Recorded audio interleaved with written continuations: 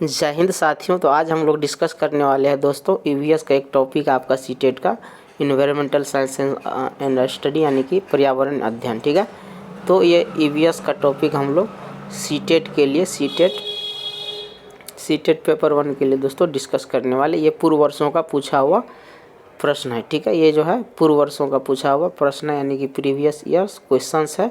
और इसी तरह के क्वेश्चंस आपके एग्जाम में दोस्तों सीटेट का जो आपका आने वाला एग्जाम है इसमें बार बार रिपीट होता है। ठीक है, तो आइए एक नज़र इसको देख लेते हैं। एक बहुत ही ज़्यादा इम्पोर्टेंट है, इसे आप मिस मत कीजिएगा।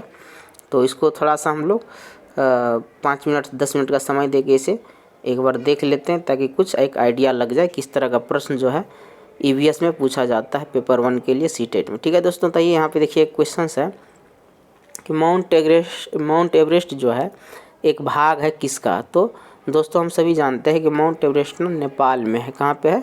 नेपाल के सागर माथा में है। ठीक है, सागर माथा। ठीक है, तो ये एक्चुअली नेपाल में है। ठीक है, ये नेक्स्ट देखते हैं। माउंट एवरेस्ट के बारे में जान लिए। माउंट एवरेस्ट के बारे में एक चीज़ और जान लीजिए यहाँ पे कि इसकी जो लंबाई या ऊंचाई बोल सकते हैं कि इसका जो हाइट है ना, ये हाइट है 8,848 मीटर। ठीक है, तो ये भी आपसे पूछा जा सकता है, तो ये भी ध्यान में रख लीजिएगा। 8,848 मीटर है। ठीक है, ऊंचाई बोल रहा है। देखिएगा कि किसी शहर के मानचित्र पर यह लिखा था, इसको थोड़ा छोटा कर लेते हैं। किसी शहर के मानचित्र पर यह लिखा था कि 1 सेंटीमीटर कितना है? 110 मीटर के बराबर है। यानी कि 1 सेंटीमीटर कितना है? 110 मीटर के बराबर है। ठीक है, यह सेंटीमीटर है। ठीक है, 1 सेंटीमीटर 110 मीटर के बराबर है। तो 15 सेंटीमीटर कितना हो जाएगा? 1 सेंटीमीटर 110, 15 सेंटीमीटर 15 और गुना 110। ठीक है, अब इसको हम मल्टीप्लाई करेंगे तो कितना आ जाएगा? यहाँ पे देख लीजिए 15 और ये फिर 15 मल्टीप्लाई करेंगे तो 5 6 2 1 0 यहाँ यानी कि 2650 आ जाएगा। 2650 मीटर आ जाएगा। ठीक है, तो यहाँ पे देखिए ऑप्शन में क्या क्या है आपके पास। ठीक है, 2650 कहाँ पे है? 2650 कहीं नहीं है, तो इसको हम ऐसा करते हैं किलोमीटर में कन्वर्ट करके देखते हैं। 2650 मीटर में आया था आंसर, तो 2650 मीटर में है। ठीक है, इसको किलोमीटर में करने के लिए 1000 से भाग देना पड़ेगा। ठीक है, 1000 से जब हम भाग दे देंगे तो पॉइंट जो है 3 अंक पीछे आ जाएगा। यहाँ से 3 अंक पीछे यहाँ पे यानी कि 2.65 किलोमीटर हो जाएगा। ठीक है, 650 या 65 एक ही चीज़ है, कन्फ्यूज मत होइएगा। 1.65 और 1.650 एक ही चीज़ है। ठीक है, ये दोनों एक ही चीज़ है। आइए नेक्स्ट देखते हैं।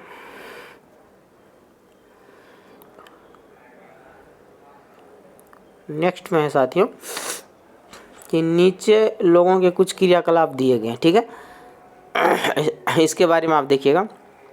बोल रहा है कि खानों का उत्खनन, कहीं पे मान लीजिए खान है जिसकी क्या हो रहा है? उत्खनन हो रहा है यानी कि खुदाई हो रहा है। उसके बाद बोल रहा है कि बांध का निर्माण हो रहा है। ठीक है, ठीक है। उसके बाद बोल रहा है बाजार में बेचने के लिए पत्तियां एवं जड़ी बूटी इकट्ठा कोई कर रहा है, या कोई बांस की टोकरी बुन रहा है, या कोई गिरे हुए पत्तों से पत्तल बना रहा है। पत्तल जिस पे हम लोग खाना वाना खाते हैं उनको पत्तल बोलते हैं। तो बोल रहा है कि इनमें से जो है दोस्तों, इनमें से वह क्रियाकलाप कौन सा है जो जंगलों के गायब होने का जिम्मेदार है? जो जंगलों के गायब होने का जिम्मेदार है। जंगल किस चीज़ से गायब होता है दोस्तों? तो यहाँ पे देखिए एक चीज़ ना बड़ी ध्यान से समझना पड़ेगा। देखिए जब पत्ता गिरता है ना, तो पत्ता जब गिरा हुआ पत्ता है तो उससे जंगल थोड़ी ना खराब हो जाएगा या गायब हो जाएगा, बिल्कुल भी नहीं होगा। या बांस की टोकरी है दोस्तों, तो बांस जो है, बांस एक्चुअली जंगल में नहीं पाया जाता है। अगर आप जंगल में पाया भी जाता है, लेकिन बांस जो है लोग एक खेती के तौर पे करता है। यानी कि हर एक व्यक्ति जो है कुछ ना कुछ अपने क्षेत्र में बांस जो है उगाता है। या कुछ ऐसा एरिया है जहाँ अनवांटेड बांस है, वो एक अलग चीज़ है। लेकिन बांस जो है आम आदमी भी उगाता है अपने दैनिक जीवन में यूज़ करने के लिए। जैसे बांस का घर बनाना, बांस का टोकरी बनाना, बहुत सारी चीज़ बनता है। ठीक है, उसके बाद जड़ी बूटी जो है दोस्तों, जंगल से इसका कोई लेना देना है। एक बात है कि ये जंगल में मिल सकता है जड़ी बूटी, लेकिन ये इसका मतलब ये बिल्कुल भी मतलब नहीं कि जड़ी बूटी सिर्फ जंगल में ही मिलता है। जड़ी बूटी दोस्तों हम उगाते भी हैं। बहुत सारे जो सब प्लांट है, हर्ब प्लांट जिसको बोलते हैं हम, औषधीय प्लांट, हर्ब प्लांट, ये हम लोग उगाते भी। जैसे तुलसी का पत्ता, तुलसी आप देखे होइएगा, तो तुलसी का पत्ता और इस तरीके से बहुत सारी चीज़ जो है हम लोग उगाते भी हैं, ठीक है। तो अगर हम थोड़ा बहुत जंगल से निकाल भी लेते हैं कुछ जड़ी बूटी, तो ऐसा नहीं कि जंगल नष्ट हो जाएगा या बर्बाद हो जाएगा। तो बर्बाद किस चीज़ से होता है? बांध के निर्माण से और खाद्यान्नों की खुदाई से। ये कैसे होता है आप थोड़ा सा ध्यान से देखिएगा कि जैसे सपोज कीजिए कोई बांध बना रहा है, ठीक है, बांध का निर्माण कर रहा है कोई व्यक्ति, कोई खुदाई कर रहा है। तो खुदाई करने के लिए क्या करना पड़ेगा? सबसे पहले जितने भी पेड़ पौधे हैं ना आपके पास, जितने भी पेड़ पौधे हैं उसको आपको क्या करना पड़ेगा? कटाई करना पड़ेगा। सपोज करो जितने भी पेड़ पौधे हैं जंगलों में, उसको क्या करना पड़ेगा? पहले साफ़ करना पड़ेगा, फिर आप वहाँ पे जाके खुदाई कर सकते हैं। बांधों के निर्माण के लिए भी आपको साफ़ करना पड़ेगा, मिट्टी खोदना पड़ेगा, बहुत सारी प्रक्रिया होता है वो करना पड़ेगा। तो जब ये दोनों प्रक्रिया आप करेंगे तो आपको पता चलेगा कि वहाँ पे ना जो भी पेड़ पौधे थे या जीव जंतु थे उसे वहाँ से हटाना पड़ा, काटना पड़ा, भगाना पड़ा, ठीक है। तो आप यहाँ पे ये दो ऑप्शन यहाँ पे देख सकते हैं। ये दोनों रिस्पॉन्सिबल है किस चीज़ के लिए? जंगलों की कटाई के लिए, ठीक है। तो ए और बी जहाँ पे है वो आपका कौन सा? जंगलों के गायब होने के लिए जिम्मेदार है, ठीक है। तो ए और बी जो है आपका सही आंसर हो जाएगा। ए और बी सही आंसर हो जाएगा, यही पूछा जा रहा था, ठीक है। आइए नेक्स्ट देखते हैं। कांसे के बारे में सही कथन को चुनिए, यानी कि कांसे के बारे में आपको बताना है कि पूछा जा रहा है कांसे के बारे में। तो कांसा जो है लोहे, चांदी व स्वर्ण भांति की एक तत्व है, क्या है ये पूछ रहा है। उसके बाद बोल रहा है कि कांसे को तांबा तथा टीन से पिघलाकर तैयार किया जाता है। या फिर नेक्स्ट में है कि कांसे अत्यंत मजबूत होता है और इससे तोप की मूर्ति बनाई जाती है। या फिर कांसे के बर्तन के लिए एल्युमिनियम के बर्तन की तुलना में हल्के और अधिक मजबूत होते हैं, ठीक है। तो इसमें से देख लीजिए क्या आपका ऑप्शन बन रहा है, ठीक है। ऑप्शन दिया हुआ है B, C D, D A और ए सी, ठीक है। तो इसमें से देख लीजिए क्या इसका ऑप्शन हो जाएगा। तो इसका ऑप्शन जो है दोस्तों पहला तो बी हो जाएगा कि कांसा जो है तांबा और टीन को पिघलाकर बनाया जाता है, ठीक है। और उसके बाद दूसरा जो सबसे बड़ी होगा इसका अत्यंत ये मजबूत होता है, ये बात सही है। तो बी और सी जो है, और इससे तोप मूर्तियाँ बनाई जाती है। तो बी और सी देखिए कहाँ पे है, तो ए नंबर में है। तो ए नंबर यहाँ पे जो आपका दोस्तों सही हो जाएगा, ठीक है। आइए नेक्स्ट देखते हैं।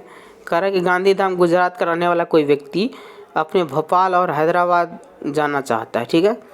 तो उसके सफ़र की दिशाएं क्या होगी? यहाँ पे देखिए दोस्तों, ये हंसना नहीं है, ठीक है। आप लोगों को ये इंडिया का मैप हो गया। तो अब यहाँ पे देखिए कि इसमें क्या कह रहा है कि गांधीधाम गुजरात, तो गुजरात दोस्तों यहाँ पे है, ठीक है। ये हो गया गुजरात। और बोल रहा है कि मध्य प्रदेश ये बीच में, ठीक है, एकदम हृदय में। कहाँ है? हृदय में। बोल रहा है कि सबसे पहले बंदा कहाँ जा रहा है? भोपाल मध्य प्रदेश, और फिर हैदराबाद जा रहा है। कहाँ से? गुजरात से। तो गुजरात से जब ये मध्य प्रदेश जाएगा तो सीधा जाएगा पूर्व की ओर, ठीक है, पूर्व की ओर जाएगा, यानी ईस्ट की ओर जाएगा। और फिर वहाँ से जब वही हैदराबाद जाएगा तो आंध्र प्रदेश इधर नीचे है, उसके ठीक नीचे भोपाल के सटे हुए भोपाल, यानी कि मध्य प्रदेश के ठीक नीचे आंध्र प्रदेश है। तो ये सीधा नीचे आ जाएगा। नीचे का मतलब क्या हो गया? साउथ में जाएगा। तो ईस्ट और साउथ यानी पूर्व और दक्षिण हो जाएगा। पूर्व दिशा और दक्षिण दिशा देखिए आपका पहला नंबर ही ऑप्शन है। यहाँ पे ज़्यादा आगे बढ़ना भी नहीं, पहले पूर्व की ओर जाएगा फिर दक्षिण की ओर जाएगा, ठीक है। तो ये हो गया आपका इसका आंसर, ठीक है। उसके बाद देखिए प्राथमिक स्तर पर पर्यावरण अध्ययन में रचनात्मक आकलन डॉट को शामिल नहीं करता है, ठीक है। तो जब बच्चा प्राथमिक स्तर का होता है यानी कि छोटा बच्चा होता है तो पर्यावरण अध्ययन में रचनात्मक आकलन के लिए हम लोग किस चीज़ को शामिल नहीं करते हैं, ये एक्चुअली आपसे पूछा जा रहा है। तो ये ऑप्शन देखिए, शिक्षार्थियों के अधिगम रिक्तियों की पहचान करना, या फिर शिक्षण में कमियों की पहचान करना, या फिर दोस्तों शिक्षार्थियों के सीखने को बढ़ावा देना, या शिक्षार्थियों का ग्रेडिंग और रैंकिंग। तो दोस्तों हम लोग छोटे बच्चे का ना ग्रेडिंग और रैंकिंग जो है नहीं करते हैं ईवीएस में, ठीक है। छोटा सा बच्चा है तो उसके लिए क्या ग्रेडिंग और क्या रैंकिंग, ऐसा करना उचित नहीं होगा प्राथमिक स्तर के बच्चों के लिए, ठीक है। तो वहाँ पे हमें चीज़ों को सीखना और सिखाना ज़्यादा बेहतर होता है रेदर देन कि हम लोग बच्चे को ग्रेडिंग दें या मार्क्स दें, ठीक है। आइए नेक्स्ट देखते हैं। नेक्स्ट में है दोस्तों, नेक्स्ट क्वेश्चन है आपका कि कविता पर्यावरण अध्ययन की यहाँ पे देखिएगा, हाँ बोल रहा है कि कविता जो है पर्यावरण अध्ययन की कक्षा में गरीबी, निरक्षरता और वर्ग असमानता ऐसे सामाजिक मुद्दों पर बल देना चाहती है। ठीक है, निम्नलिखित में से कौन सा अधिगम अनुभव इस उद्देश्य की प्राप्ति के लिए प्रभावी है? यानी कि जो कविता जो है गरीबी, निरक्षरता और वर्ग असमानता के बारे में चर्चा करना चाह रहा है, तो कौन सा तरीका सबसे बेहतर होगा, ये आपसे पूछा जा रहा है। तो ऑप्शन की ओर देखते हैं। ऑप्शन यहाँ पे है कि संबंधित मुद्दों पर विशेष व्याख्यान का आयोजन करना, या शिक्षार्थियों को संबंधित सामाजिक मुद्दों पर चार्ट तैयार करने के लिए कहना, या फिर शिक्षार्थियों से संबंधित जानकारी एकत्र करने और उसका विश्लेषण करने के लिए सामूहिक परियोजना करना, या फिर डी में भी है क्या? डी में नहीं है, तो सी तक ऑप्शन है। तो सी में देखिए यहाँ पे ए और सी दोनों में से कोई एक हो सकता है, तो इस दोनों को एक बार और देख लेते हैं। चार्ट तैयार करना कोई उचित बात नहीं है, तो ये नहीं हो पाएगा। ठीक है, तो आइए इसको देखते हैं। ए नंबर के संबंधित मुद्दों पर विशेष व्याख्यानों का आयोजन करना। ठीक है, व्याख्यान का मतलब वहीं के लेक्चर, आप भाषण दे रहे हैं, एक दूसरे को बता रहे हैं इसके बारे में।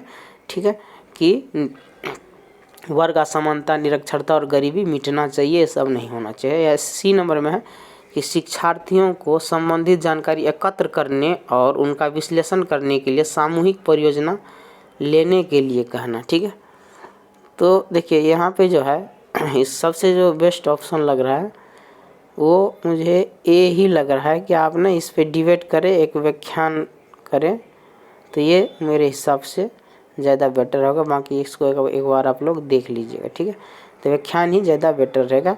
जबकि सी में है कि शिक्षार्थियों को संबंधित जानकारी एकत्र करने के लिए उसका विश्लेषण, देखिए यहाँ पे विश्लेषण करने की मुझे नहीं लगता कोई बहुत ज़्यादा ज़रूरी है, वो भी स्टूडेंट को। ठीक है, तो ए ही नंबर शायद सही होगा। ठीक है, देख लीजिएगा इसको एक प्रश्न। आइए नेक्स्ट देखते हैं। पर्यावरण अध्ययन के शिक्षक के रूप में चिड़ियाघर के भ्रमण का आयोजन करने का मुख्य उद्देश्य क्या हो सकता है? यानी कि बच्चों को आप चिड़ियाघर ले जा रहे हैं, तो इसका क्या मुख्य उद्देश्य हो सकता है? ठीक है, तो इसका मुख्य उद्देश्य देखिए यहाँ पे दोस्तों, पहला ऑप्शन है शिक्षार्थियों को आनंद और मज़ा उपलब्ध कराना। तो ये ऐसा बिल्कुल भी नहीं है। हम कहीं ले जाते हैं तो हम किसी न किसी पर्पस से, किसी न किसी योजना से ले जाते हैं, ताकि हमारा ये मोटिव रहता है कि बच्चे घूमने जा रहे हैं तो वहाँ से कुछ सीख के भी आए। ठीक है, तो हम मज़े के लिए नहीं जाते हैं। ठीक है, उसके बाद नृत्य शिक्षण कार्यक्रम की एक रास्ता को बदलने के लिए जाते हैं, नहीं, ये भी नहीं होगा। उसके बाद देखिए शिक्षार्थियों को सक्रिय अधिगम अनुभव कराने के लिए जाते हैं क्या? या फिर है डी में कि शिक्षा की गुणवत्ता के बारे में अभिभावकों को संतुष्ट करने के लिए। देखिए हम कोई भी काम अभिभावक को संतुष्ट करने के लिए नहीं करते हैं। ठीक है, अभिभावक को संतुष्ट करने के लिए हम कोई भी काम नहीं करते हैं। तो यहाँ पे जो बेस्ट ऑप्शन हो जाएगा दोस्तों, ये हो जाएगा कि शिक्षार्थियों को सक्रिय अधिगम अनुभव उपलब्ध कराना। ठीक है, सक्रिय अधिगम अनुभव मतलब कि दोस्तों एक्टिव जो है ना, एक्टिव लर्नर जो है, इसको हिंदी में बोलते हैं एक्टिव लर्नर।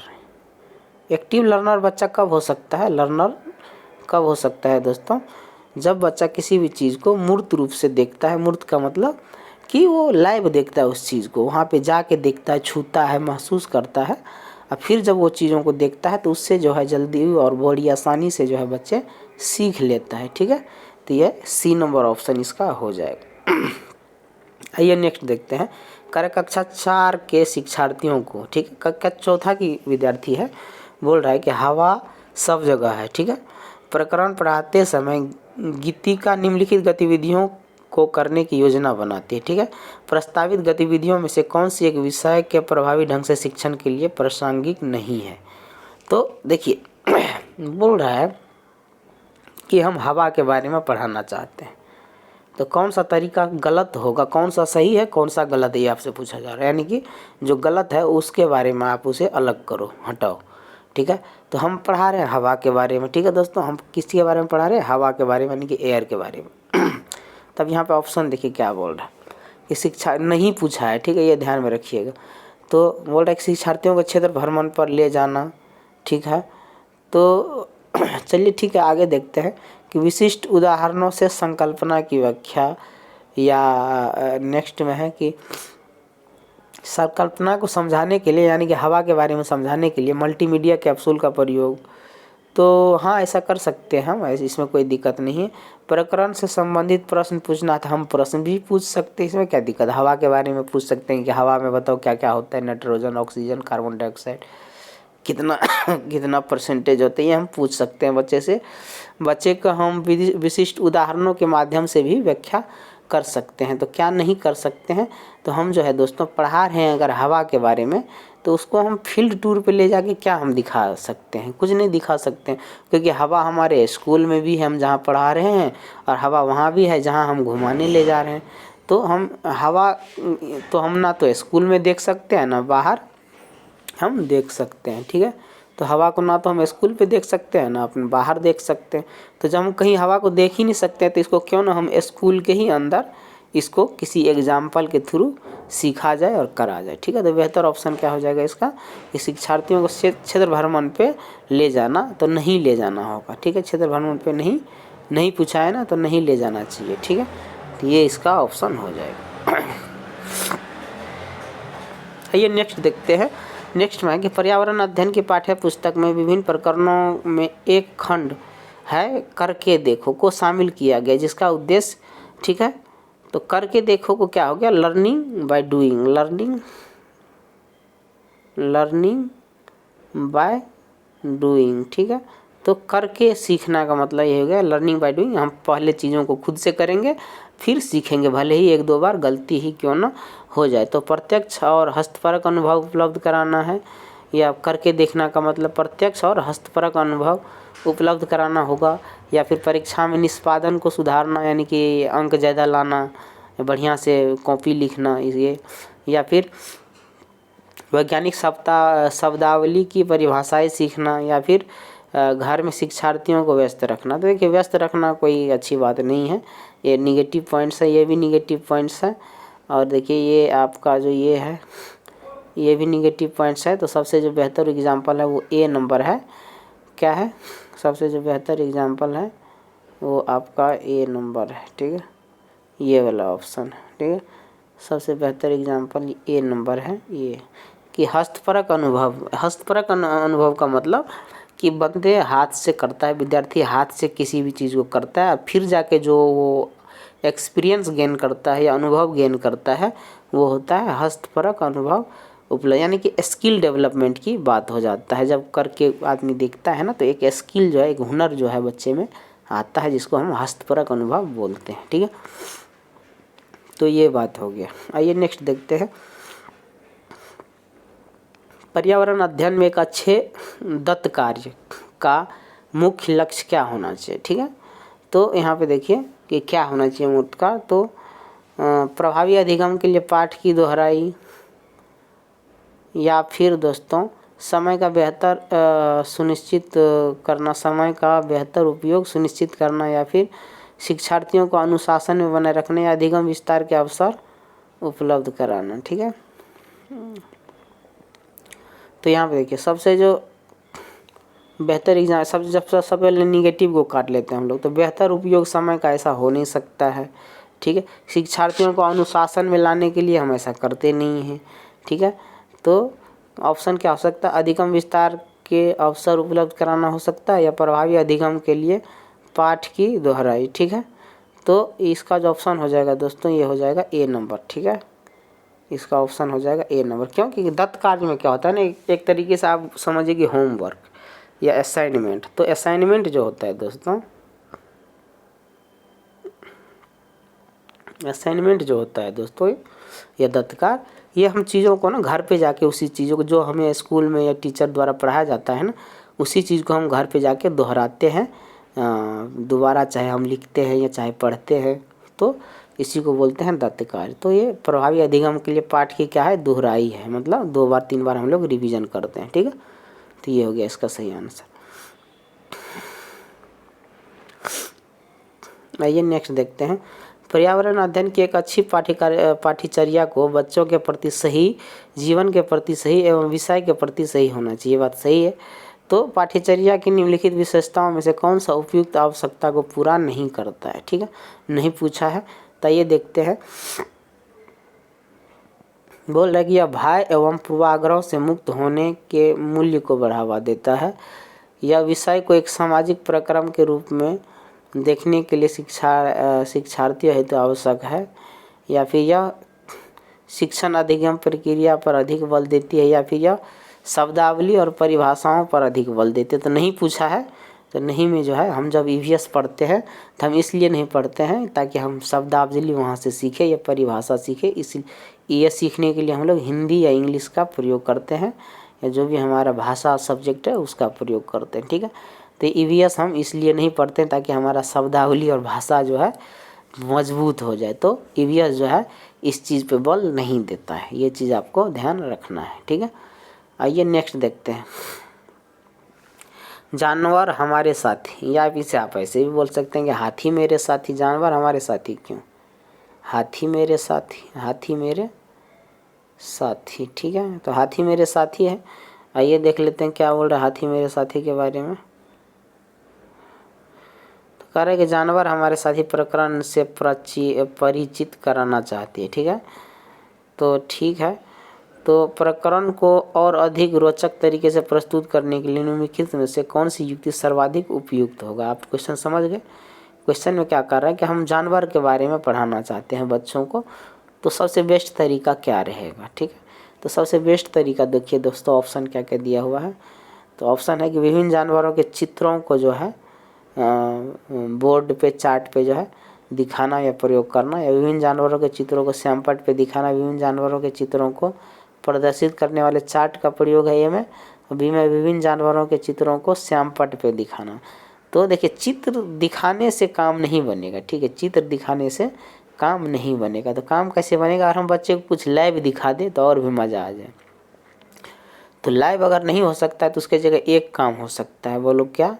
तो उसके जगह है दोस्तों, यहाँ पे देखिएगा कि जानवरों तथा उनकी उपयोगिताओं पर आधारित फिल्म हम दिखा सकते हैं। ठीक है, बच्चे को फिल्म देखना भी बहुत ज़्यादा मज़ा आता है, साथ में वो मज़ा भी आ जाएगा, उसे कुछ सीखने को भी मिल जाएगा वहाँ पे। लाइव का मतलब कि वो जानवरों को देखेगा, तरह तरह के चित्र को देखेगा कि किस तरह का जानवर कैसा होता है, कितने पैर होते हैं, कितने सींग होते हैं, ये सब सारा चीज़ देखेगा। कौन सा लड़ाकू प्रवृत्ति का है, कौन सा घास खाता है, कौन सा मांस खाता है, ये सारा चीज़ जो है उसे देखने को मिलेगा। जैसे हम लोग डिस्कवरी चैनल में देखते हैं तो कितना मज़ा आता है डिस्कवरी देखने में। तो वही चीज़ है कि मज़ा भी आता है हमें और सीखने को भी मिलता है।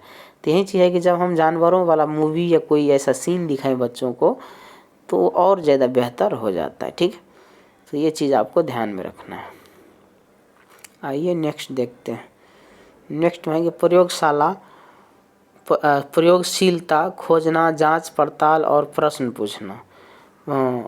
पर्यावरण अध्ययन के सक्रिय अधिगम के अनिवार्य तथ्यों का निर्माण करती है। बात सही है कि हम जब किसी चीज़ को खोजते हैं, सर्च करते हैं, जांच पड़ताल करते हैं, प्रश्न पूछते हैं, प्रयोगशीलता है हमारे अंदर, तो यह शिक्षक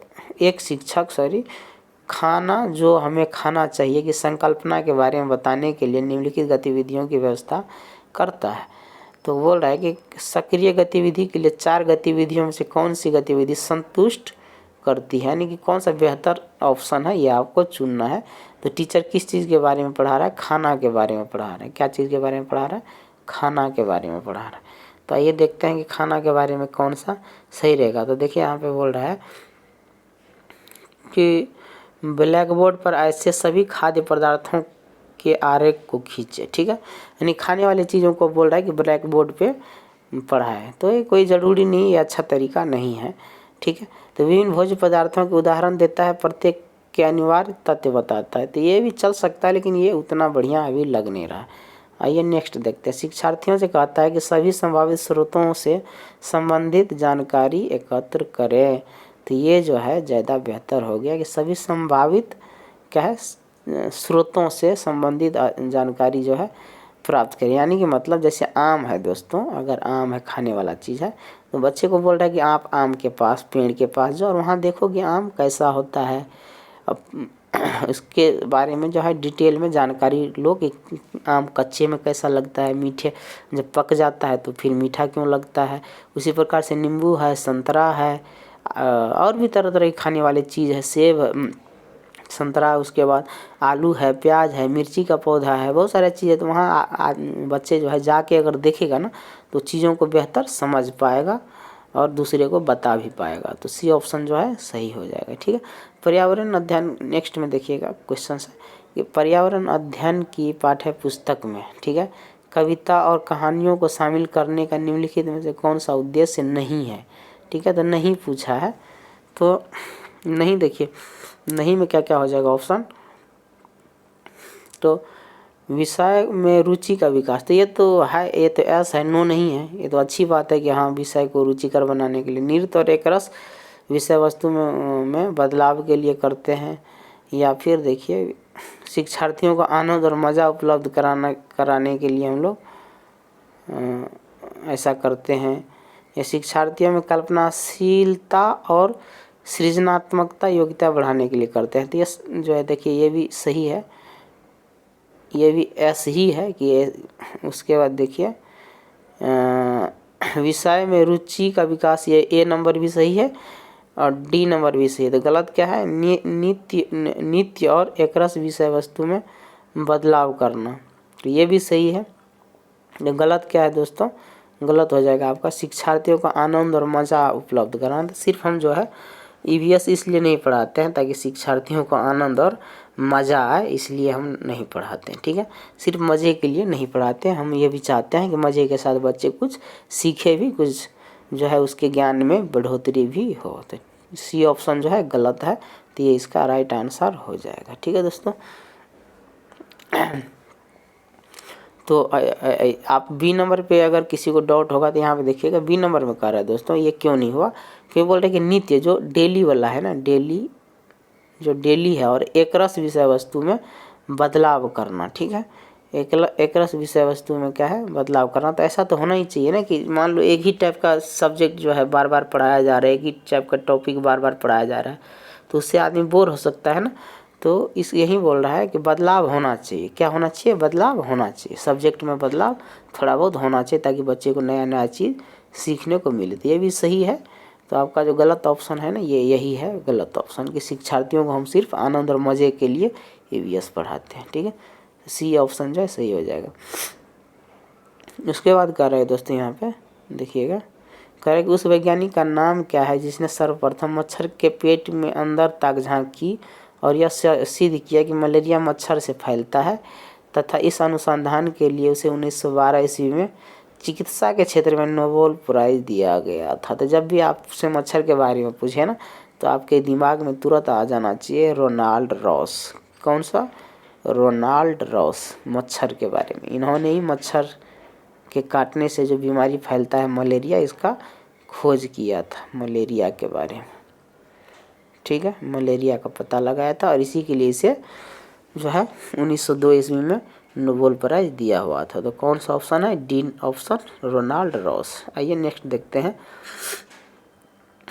नेक्स्ट में है कि रजत ने अपने मित्र से कहा मैं नहीं खेल सकता क्योंकि मुझे बुखार है, मैं कपकपी, बुखार, सिरदर्द और अंत में पसीना आने के चक्र से गुजरता हूँ। रक्त की जांच के बाद डॉक्टर ने मुझे एक कड़वी दवाई दी है।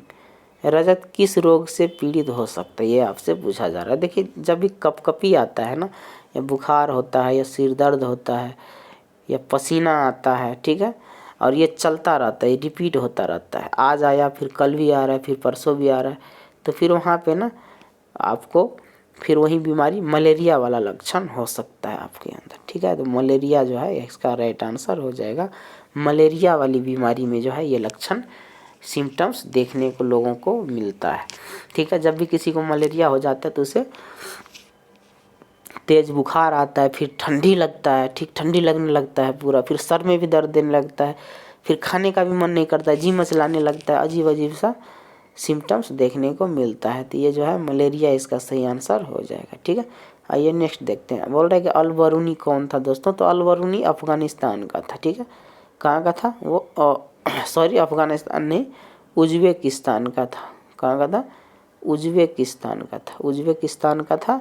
उज़्बेकिस्तान का है, रसिया से अलग हुआ एक देश है उज़्बेकिस्तान। ठीक है, अफ़गानिस्तान के ठीक ऊपर है उज़्बेकिस्तान।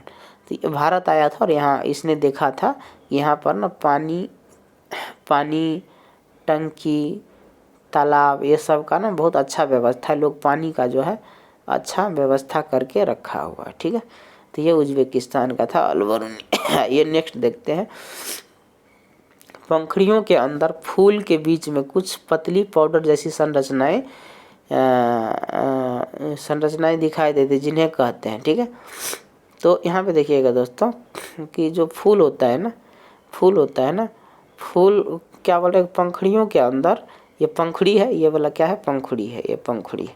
कह रहे फूल के बीच में फूल है, मान लीजिए ये फूल है, बीच में कुछ पतली पाउडर सा ऐसे यहाँ पे कुछ पतला सा पाउडर जैसा लेपा रहता है, दिखाई देता है। इसे क्या कहते हैं ये आपसे पूछा जा रहा, तो उसे दोस्तों पराग बोलते हैं। क्या बोलते हैं इसे, पराग बोलते हैं। ठीक है,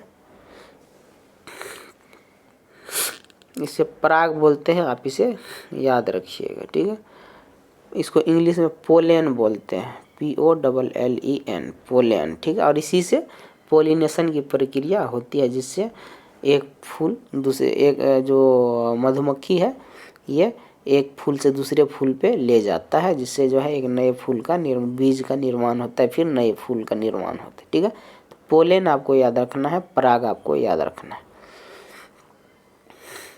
कह रहे हाथियों के झुंड के बारे में सही कथन को चुनिए। तो हाथियों के झुंड के बारे में सही कथन चुनना है, तो बोल रहे कि हाथियों के झुंड में केवल हथनियाँ और 14-15 वर्ष के बच्चे ही रहते हैं। हाँ, ये बात सही है कि हथनियाँ जो होती है ना, इसका मालिक होता है 14-15 वर्ष के ही बच्चे रहते हैं। 15 वर्ष से अधिक के बच्चे क्या होता है, वो अलग रहने लगते, झुंड छोड़ देते हैं। हाथियों के एक झुंड में किसी एक ही परिवार के सदस्य नहीं, ऐसा नहीं कि एक ही परिवार के, अलग अलग परिवार के भी सदस्य हो सकते हैं। C नंबर कह रहा है कि झुंड की सबसे बुजुर्ग हथनी ही पूरे झुंड की नेता होती है। तो हाँ, ये बात सही है। उसके बाद D नंबर कह रहा है कि एक झुंड में हथनी और बच्चों की संख्या कितनी भी हो सकती है। ठीक है, तो हथनी और बच्चों की, हाँ ये भी सही है कि मतलब कितना भी हो सकता है, इसमें क्या है, मतलब अगर हथनी है और बच्चे हैं तो अधिक से अधिक कितना भी हो सकता है। तो इसका जो ऑप्शन आ गया क्या, A नंबर सही है। उसके बाद दोस्तों हथनियों के झुंड में किसी एक ही परिवार के नहीं, B नंबर गलत हो गया। झुंड की सबसे बुजुर्ग हथनी, हाँ C और D ये तीनों सही है। तो ACD देखिए कहाँ पे है। अच्छा, ये इसमें 3 नहीं 2 ही सही होगा। तो 2 अगर सही है तो एक तो A नंबर सही है, एक तो A नंबर सही है कि हथनियों के झुंड में केवल हथनी और 14-15 साल के बच्चे रहते हैं। दूसरा कौन सा सही हो जाएगा कि झुंड की सबसे बुजुर्ग हथनी क्या होती है, झुंड का नेता होता है। तो A और C जो है इसका राइट आंसर हो जाएगा। तो A और C देखिए कहाँ पे है, तो B नंबर में है AC। तो A और C जो है ये इसका राइट आंसर हो जाएगा। ठीक है, आइए नेक्स्ट देखते हैं। रात में जागने वाले जानवर वस्तुओं को देख सकते हैं। ठीक है, तो हरे रंग में देखते हैं, या केवल काली और सफ़ेद देखते हैं, या केवल हरे रंग देखते हैं, केवल लाल रंग। तो रात में जो जागने वाले पक्षी होते हैं या जानवर होते हैं ना, वो चीज़ों को सिर्फ और सिर्फ सफ़ेद और ब्लैक एंड वाइट, यानी सफ़ेद और काला ही देखता है। ठीक है, ये चीज़ आपको याद रखना है। तो ये हो गया। ऊपर से बोल रहा है, देखिए एक क्वेश्चन है कि यदि आप रेलगाड़ी द्वारा अहमदाबाद गुजरात जा रहे हैं, ठीक है, तो आपके रेलवे स्टेशन पर अधिकतर बेचने वाली कौन सी चीज़ें मिलेंगे। ठीक है, तो गुजरात में जो है ढोकला बहुत फेमस है दोस्तों। ढोकला, चटनी और नींबू ये ज़्यादा बहुत फेमस है। ढोकला, फाफड़ा, पता नहीं क्या क्या, ये सब चीज़ गुजरात में मिलता है। छोले भटूरे, लस्सी ये सब पंजाब में मिलेगा आपको। उसके बाद नेक्स्ट देखिए इडली जो है ये साउथ में मिलेगा। ऐसे साउथ में तमिलनाडु हो गया या आंध्र प्रदेश भी हो गया। तो यहाँ पे आपको इडली का चटनी और इडली और वड़ा जो है मिलता है। तो पूरी साग तथा ठंडा दूध ये आपको आप कह सकते हैं कि ये आपको बिहार साइड में मिल सकता है। ठीक है, तो इसका सही आंसर हो जाएगा ये हो गया ढोकला वाला गुजरात में। ठीक है, आइए नेक्स्ट देखते हैं। पक्षी अपनी गर्दन बहुत अधिक हिलाते हैं, इसका कारण क्या है। पक्षी गर्दन इसलिए हिलाता है ना कि पक्षी का आँख जो है ना हम लोग की तरह नहीं घूमता है इधर से उधर। जैसे हम खड़े खड़े इधर भी देख लेते हैं, लेफ्ट भी देख लेते हैं, राइट भी देख लेते हैं आँख हमारा, तो पक्षियों में ऐसा नहीं होता। पक्षी का आँख फिक्स होता है, इसलिए वो गर्दन को हिला के लेफ्ट राइट देखता है। तो गर्दन को हिला के लेफ्ट राइट देखता है। तो पक्षी क्या बोल रहा है कि पक्षी अपनी गर्दन बहुत अधिक हिलाता है, इसका क्या कारण है?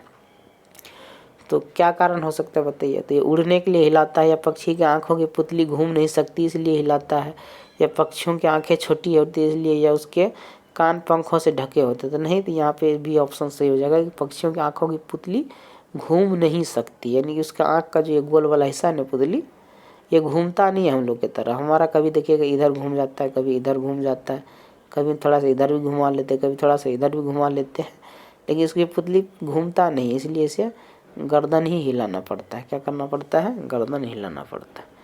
आइए नेक्स्ट देखते हैं। नेक्स्ट में है दोस्तों कि जांच के पश्चात कोई डॉक्टर रोगी से यह कहता है कि उसके खून में हीमोग्लोबिन की कमी हो गई। हीमोग्लोबिन की कमी होने से ना आपको आयरन की बीमारी हो जाएगी। तो ठीक है, आयरन की कमी हो जाएगी एक्चुअली, तो हीमोग्लोबिन की कमी से, ठीक है।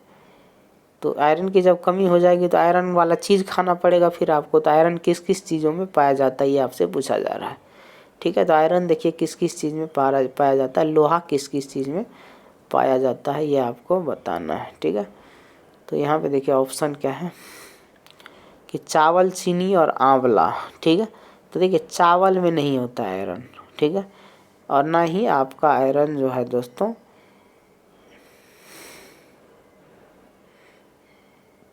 ना ही चीनी में होता है, ना ही चावल में होता है। तो ये तो होने से रहा। उसके बाद बोल रहे हरी पत्तेदार सब्जियां, गेहूं और संतरा। तो हरी पत्तेदार सब्जियां तो सही है, लेकिन ये गेहूं और संतरा में प्रचुर मात्रा में आयरन नहीं होता है, तो ये भी गलत हो गया। उसके बाद बोल रहा है कि गुड़, नींबू और मटर। तो गुड़ में तो होता है, लेकिन ये नींबू और मटर में जो है दोस्तों लोहा नहीं होता है, ठीक है। ये भी होने से रहा, ठीक है। तो नेक्स्ट देखिए, नेक्स्ट कह रहा है कि आंवला। हाँ, तो आंवला में भरपूर मात्रा में होता है आयरन, भरपूर मात्रा में आयरन होता है। हरी पत्तीदार सब्जियां, इसमें भी होता है और गुड़ में भी होता है, ठीक है। गुड़ में वैसे कैल्शियम भी होता है, लेकिन गुड़ में जो है आयरन की मात्रा प्रचुर मात्रा में होता है। तो ये क्वेश्चन जो है ना पक्का रिपीट होगा आपके एग्जाम में, ये इम्पोर्टेंट है और ये रिपीट होना ही होना है। तो आंवला, हरी सब्जियां और गुड़, इस सब में आयरन यानी कि लोहा पाया जाता है, ठीक है। इस सब में लोहा पाया जाता है, आयरन पाया जाता है। आइए नेक्स्ट देखते हैं। नेक्स्ट है कि राष्ट्रीय पाठ्यचर्या की रूपरेखा 2005 प्राथमिक स्तर पर पर्यावरण अधिगम शिक्षण का मुख्य उद्देश्य होना चाहिए, ठीक है। तो पर्यावरण अध्ययन का मुख्य उद्देश्य क्या होना चाहिए कि तो ऑप्शन देखिए, ऑप्शन है कि विषय की आधारभूत संकल्पनाओं की आधारभूत समझ का विकास करना, या फिर विषय के आधारभूत सिद्धांतों का स्मरण करवाना। तो ये स्मरण करवाना ये गलत हो गया। उसके बाद देखिए नेक्स्ट में कि कक्षीय अधिगम को विद्यालय के बाहर के जीवन से जोड़ना। हाँ, ये बात सही है, ये क्लियरली लिखा हुआ है। क्लियरली क्या है लिखा हुआ है NCF 2005 में कि जो शिक्षा है ना, स्कूली शिक्षा है ना, स्कूली शिक्षा है, उसको दैनिक जीवन से जोड़ना है। क्या करना है? स्कूल के बाहर के जीवन से जोड़ना है, दैनिक जीवन से जोड़ना है, ठीक है, दैनिक जीवन से जोड़ना है। तो ये चीज़ बोला हुआ है क्लियरली। और देखिए डायरेक्ट क्वेश्चन पूछ दिया आपको, तो ये पूछा जा सकता है, भी इम्पोर्टेंट। तो जो कक्षा उक्षा में पढ़ाया जाता है ना, वो हमारे दैनिक जीवन से जोड़ के पढ़ाया जाए, ताकि हम उसे अपने दैनिक जीवन में भी उसे यूज़ कर पाए और आसानी से चीज़ों को समझ पाए, ठीक है। नेक्स्ट है कि NCERT की पाठ्य पुस्तक में पर्यावरण अध्ययन को उच्च प्राथमिकता और स्थान दिया गया है, ठीक है। तो इसके बारे में पूछा जा रहा है कि क्यों स्थान दिया गया, क्या कारण है। तो यहाँ पे देखिएगा, विषय की आधारभूत संकल्पनाओं की व्याख्या करने के लिए दिया गया है, या चिंतन और विषय के लिए शिक्षार्थियों को अवसर उपलब्ध कराने के लिए दिया गया, या तकनीकी शब्दावली व सटीक परिभाषाएं उपलब्ध कराने के लिए दिया है, या फिर अधिक संख्याओं में अभ्यास प्रश्नों को शामिल करने के लिए। देखिए ये तो होने से रहा है कि अभ्यास आप करवा रहे हो, रटाने वाली बात कर रहे हो। फिर यहाँ पे देखिए, यहाँ भी सटीक परिभाषा की बात हो रही है, यहाँ पे रटाने की बात आप कर रहे हो, तो सी और डी होने से रहा। अब बच गया ए और बी। तो ए और बी में देखिए बोल रहा है कि विषय की आधारभूत संकल्पनाओं की व्याख्या करने के लिए, ठीक है। और दूसरा नंबर है कि चिंतन और विस्मय के लिए शिक्षार्थियों को अवसर उपलब्ध कराना। देखिए तो ये अपने आप में एक पॉजिटिव वर्ड है कि एक अवसर उपलब्ध करा रहे हैं आप। क्या करा रहे हैं? एक अवसर उपलब्ध करा रहे हैं। किसको? बच्चे को। क्या करवा रहे हैं? बच्चे को अवसर उपलब्ध करा रहे हैं चिंतन और विस्मय के लिए, ठीक है। बच्चे जब उस अवसर देते हो आप बच्चे को सोचने के लिए, कुछ करने के लिए, तो उससे बढ़िया चीज़ कुछ नहीं हो सकता है, ठीक है। ये बेस्ट ऑप्शन हो जाएगा आपका बी नंबर, ठीक है। तो इस तरीके से हम लोगों ने 26 का 26 क्वेश्चन यहाँ पे किए हैं और सीखे हैं। तो मिलेंगे नेक्स्ट वीडियो में, तब तक के लिए आप हमारे चैनल को सब्सक्राइब कर ले। जय हिंद, जय भारत।